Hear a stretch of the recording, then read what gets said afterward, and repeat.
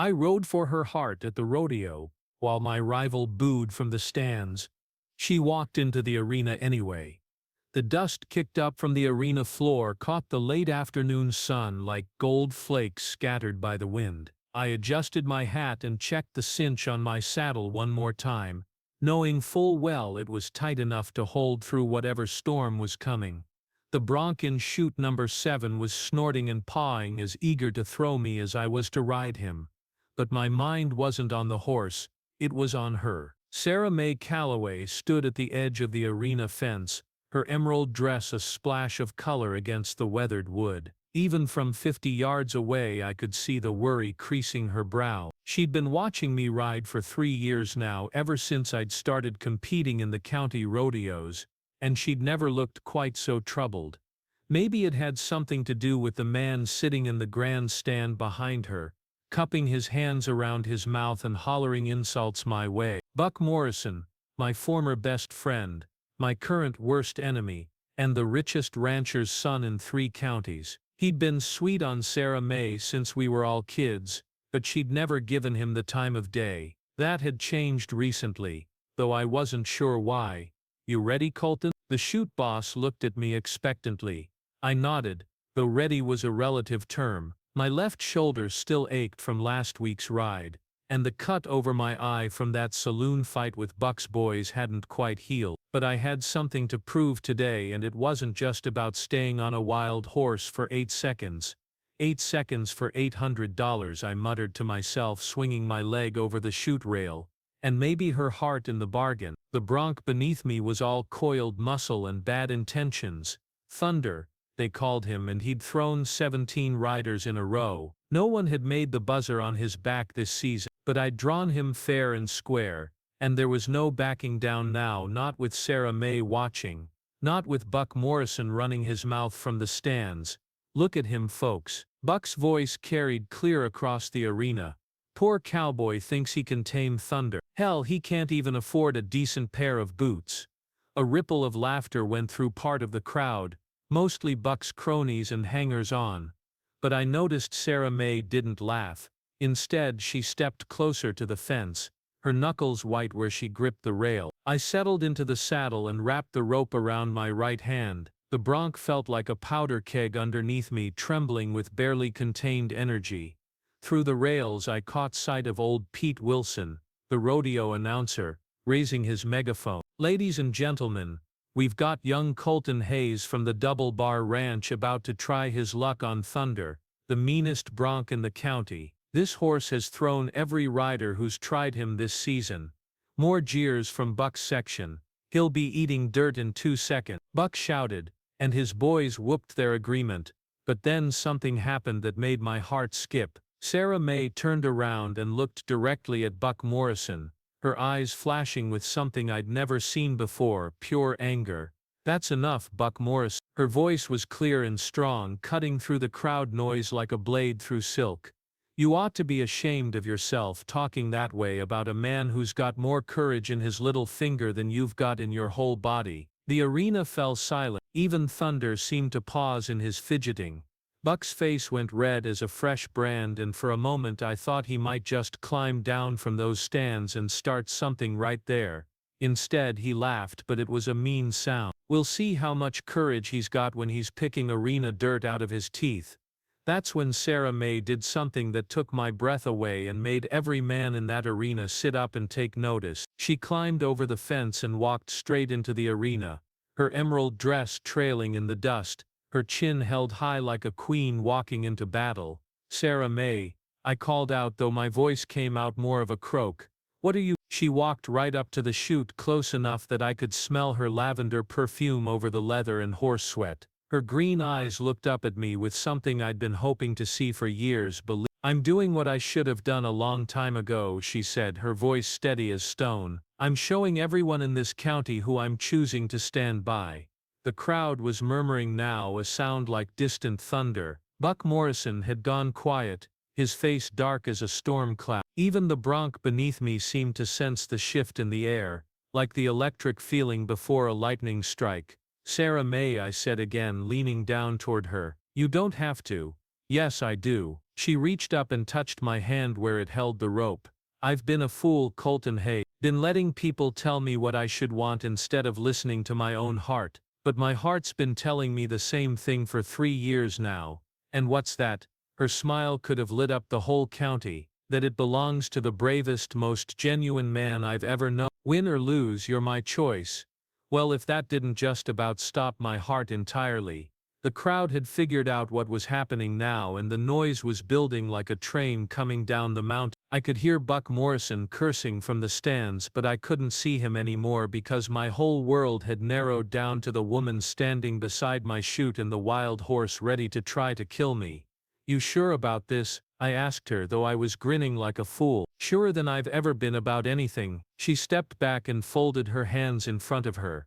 Now show them what a real cowboy can do. I looked up at the chute boss and nodded. Let's do this. The gates swung open, and thunder exploded into the arena like his name suggested, all fury and storm and wild energy. But something was different this time.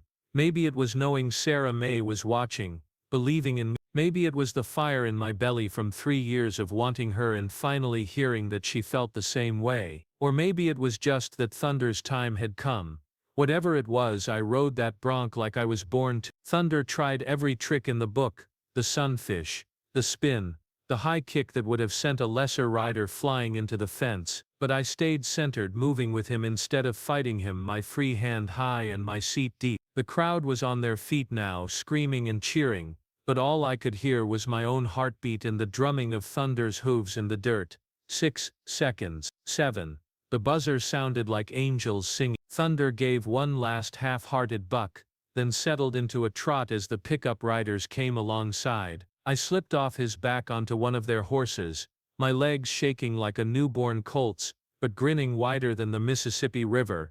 The arena, even some of Buck's boys were cheering, though Buck himself looked like he'd swallowed a hornet. But I only had eyes for one person, and she was running toward me across the arena, her emerald dress flying behind her like wings. I slid off the pickup horse and caught her in my arms, spinning her around while the crowd roared its approval. When I set her down, she looked up at me with tears in her eyes, happy tears, the kind that make a man feel like he could conquer the world. You did it, she whispered, her hands on my chest. You actually rode him. I had something to ride for, I said, and then I kissed her right there in front of God and everybody, and it was worth every broken bone and bruised rib I'd ever gotten in pursuit of this moment. When we finally broke apart, old Pete Wilson was standing beside us with his megaphone, grinning like he'd just witnessed something historic. Ladies and gentlemen, he announced, we have a new champion. Colton Hayes has just become the first rider to make the 8-second buzzer on Thunder, and it looks like he's won more than just the prize money today. The crowd cheered again, but I barely heard them. I was too busy looking into Sarah May's eyes and seeing my whole future reflected there. Of course, Buck Morrison couldn't leave well enough alone. This ain't over, Hayes, he shouted from the stands, his face purple with rage. You think you're some kind of hero just because you stayed on a broken-down old horse. She'll see through you soon enough. Sarah May turned toward the stands, and her voice carried clear and strong across the arena. The only thing I see through, Buck Morrison, is your mean-spirited, jealous heart. I've wasted too much time trying to be polite about it, but I'm done being polite. I choose Colton Hayes, today and every day after, and if you don't like it, you can take your opinions and your money and find somewhere else to spend them. The crowd loved that. Even some of Buck's own boys were chuckling and shaking their heads. Buck stood there for a moment, looking like a man who'd just been slapped with a wet fish, then turned and stalked out of the arena with what was left of his dignity. As the crowd began to disperse and the other riders came over to congratulate me, Sarah May and I found ourselves alone for a moment by the chutes. The sun was setting now, painting the sky in shades of pink and gold that seemed to match the warmth spreading through my chest. So, I said, still hardly believing this was real, what happens now? She smiled and took my hand. Now you collect your prize money and then you take me to dinner at the hotel, and tomorrow maybe you come calling at my father's ranch like a proper suitor. Your father's going to have something to say about you choosing a cowboy over the Morrison fortune. My father raised me to judge a man by his character, not his bank account. Besides, she laughed, He never could stand Buck Morrison, said he was spoiled as milk left in the I laughed too, feeling lighter than I had in years. Well then, Miss Calloway, it would be my honor to take you to dinner, but first I want to ask you something. What's that? I took off my hat and ran my hand through my hair, suddenly nervous again. Why now? What changed your mind about me? She was quiet for a moment, looking out at the empty arena where Thunder was being led back to his pen. When she spoke, her voice was soft but sure. I've been watching you for 3 years, Colt, watching you get thrown and get back up, watching you treat every horse and every person with respect, watching you work twice as hard as anyone else just to earn half as much. But it wasn't until today, when Buck was trying to tear you down in front of everyone, that I realized something important. What? That I was tired of being afraid. Afraid of what people would think. Afraid of disappointing my family. Afraid of choosing the wrong man. But when I saw you up there on that chute, knowing what you were about to face, and still doing it anyway, I realized that courage isn't about not being afraid. It's about doing the right thing even when you are afraid.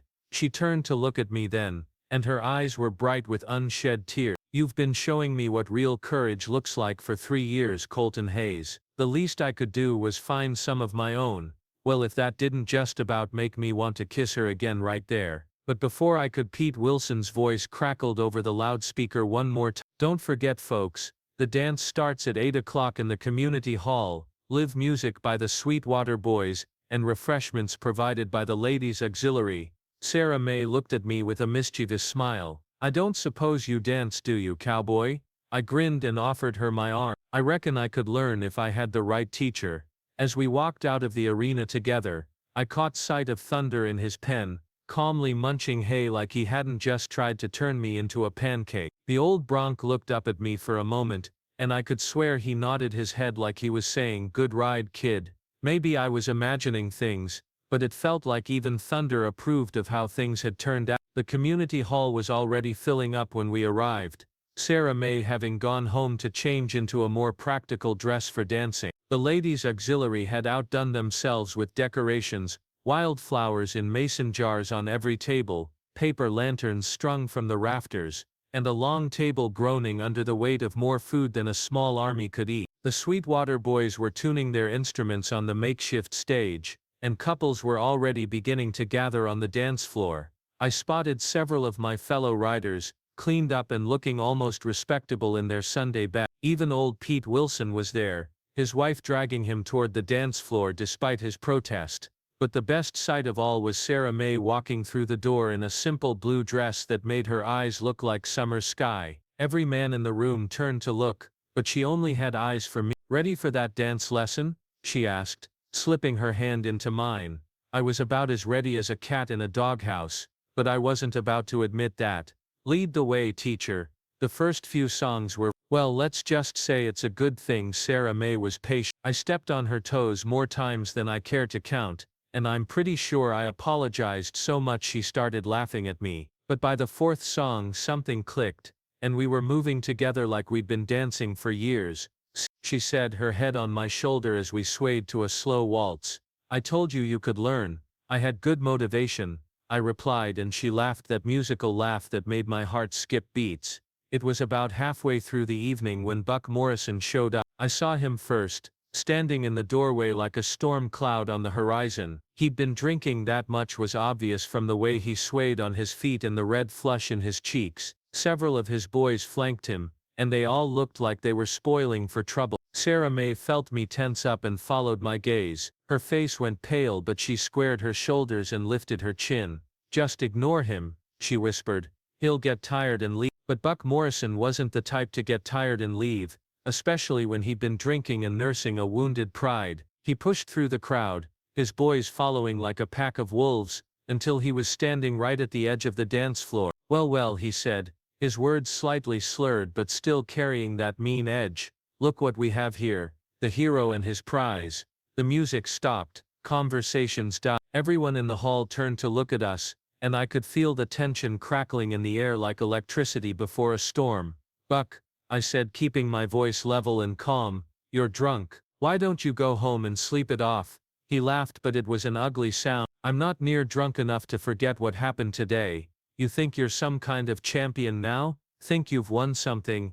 The only thing I won today was $800 and the respect of good people, I said. That's enough for me. Buck's eyes were ugly with rage and whiskey. What about when that money runs out? What about when she realizes she tied herself to a two-bit cowboy who'll never be able to give her the life she deserves? I felt Sarah May's hand tighten on my arm, but when she spoke, her voice was steady as bedrock.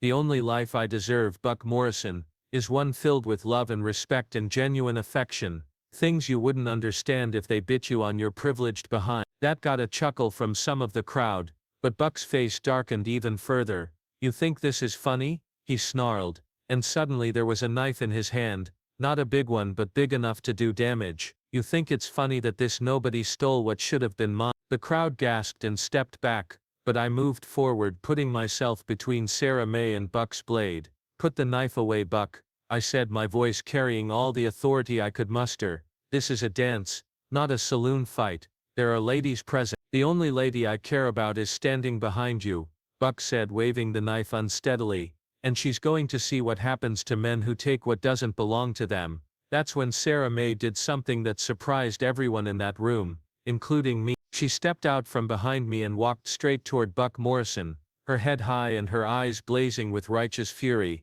Sarah May, no. I reached for her, but she was already moving. She stopped just out of reach of Buck's knife and looked him straight in the eye. You want to know what I see, Buck Morrison? She said, her voice carrying to every corner of the silent hall. I see a spoiled, mean-spirited bully who thinks he can take whatever he wants just because his daddy has money. I see a man so small inside that he has to threaten good people with knives to make himself feel big.